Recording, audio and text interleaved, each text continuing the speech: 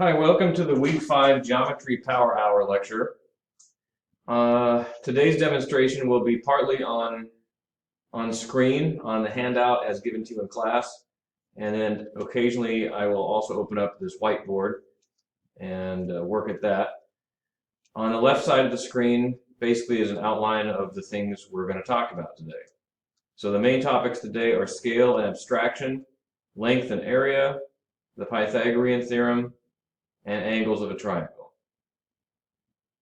Scale and abstraction. The geometry section is the exception to the rule on the GRE that figures are drawn to scale. Geometry is the exception, so geometry figures are not drawn to scale. Therefore, you should not view them too literally, but as somewhat abstract representations that could have variations. It's really important to understand that concept because a lot of people try to solve problems visually by just looking at it and saying, oh, this looks like it's about that long, or this piece looks like it's longer than that one. Well, unfortunately, on this exam, that won't work because when a triangle, for example, is printed on the page, it really is meant to be an abstract representation of a variation of triangles. So my advice to you is to redraw these things in more than one way. And a very practical way of doing that is by thinking about these three aspects of a diagram: lengths, angles, and positions. So lengths. Consider lengths as rubber bands unless they are expressly fixed in the rules.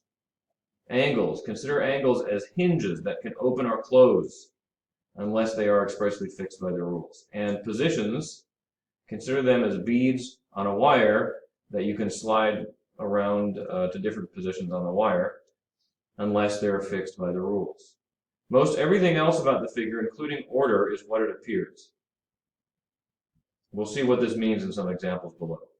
If a length, position, and/or angle is flexible, try drawing it more than one way to make sure that you're solving the problem with concepts and not just by eyeballing the diagram. Now, the number line with tick marks is a very interesting case. It's sort of the gray area between algebra and geometry.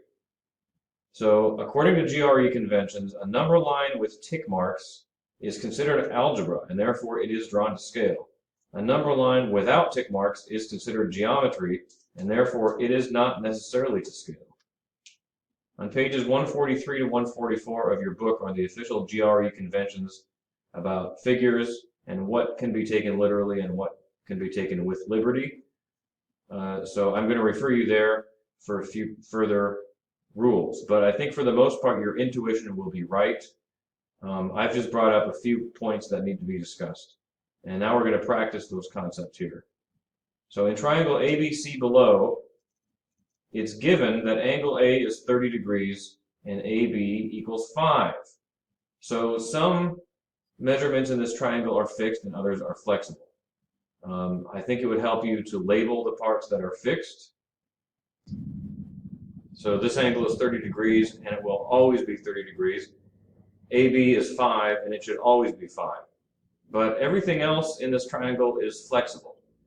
And I've asked you to redraw another realization of the triangle below. So basically what I'm demonstrating here is this idea of thinking about flexible lengths as being like rubber bands. So here I've drawn AB, which is 5. I've drawn it as a solid black. I've drawn the other two sides red to sort of make them look a little bit more like rubber bands. So you should think about those two sides as being flexible, so that you could grab one of these sides and stretch it longer or shorter as necessary. I've also sort of schematically drawn these angles in different ways so that this angle down here, which is the 30-degree angle, is locked. If you kind of like pretend that these dots down here are bolts that are holding this angle down. So this angle is fixed, but the other angles are hinges. So if I wanted to, I could grab one of these angles and I could open it wider or narrower. Okay. So this is the kind of flexibility that we have in the diagram. So for example, we could redraw this triangle by taking this side and stretching it longer.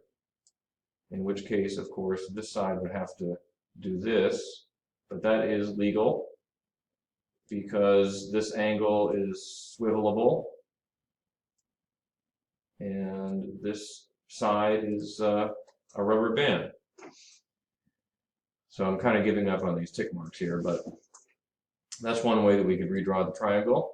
Or we could make this side shorter, for example, in which case this one would look like this, more or less.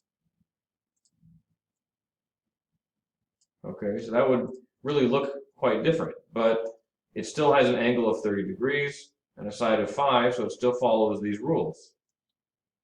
So if you are looking at this diagram and thinking that the triangle had to look just like that, you are taking it too literally. Playing around with it with the flexibility will give you a better understanding of what is actually being represented on the page.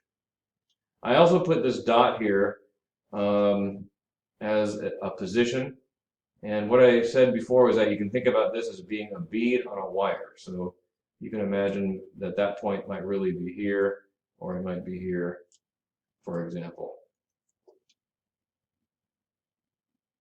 Okay, on to the next page. Here's a quiz problem for you. Which figure below would you be able to redraw? This number line with no tick marks on it, with points D, E, and F, or the number line with tick marks, with points G, H, and J. So I hope you remember what we discussed above, that a number line without tick marks, like this one, is considered to be geometry and therefore not to scale, which means that we could redraw it.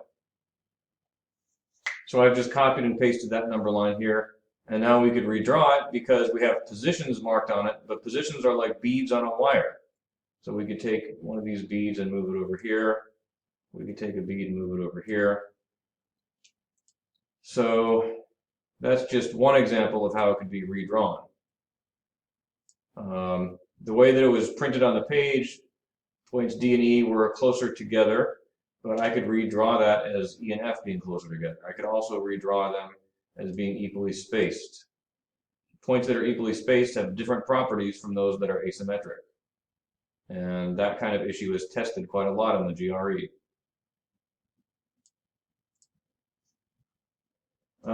This number line has tick marks on it, which basically lock the positions in place. So we don't have that kind of flexibility for that algebra problem. All right, now let's ask some quantitative comparison questions about these two number lines.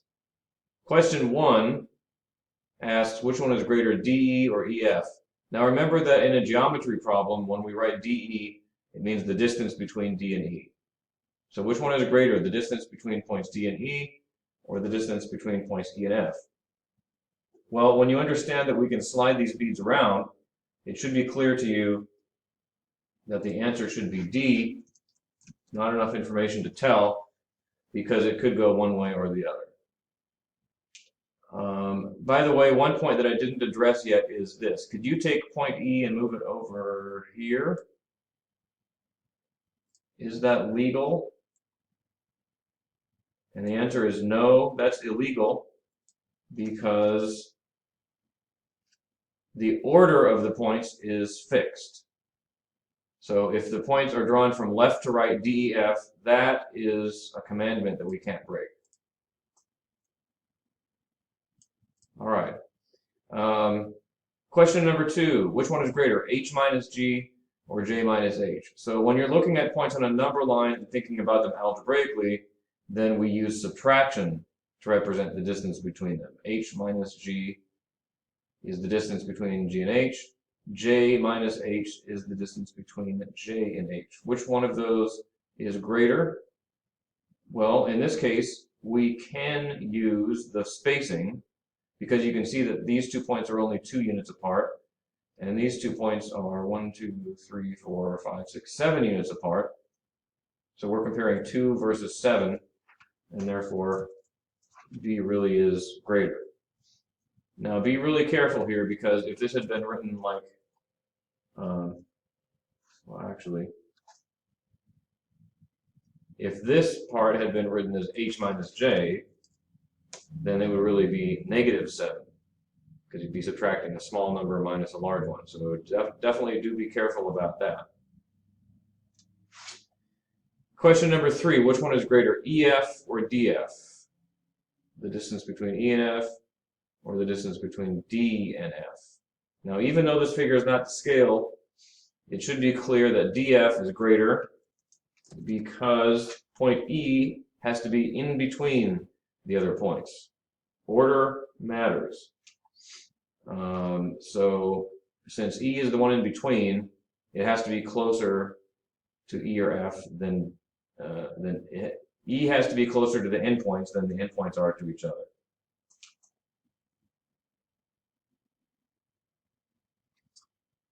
Okay, I think that would be a good point to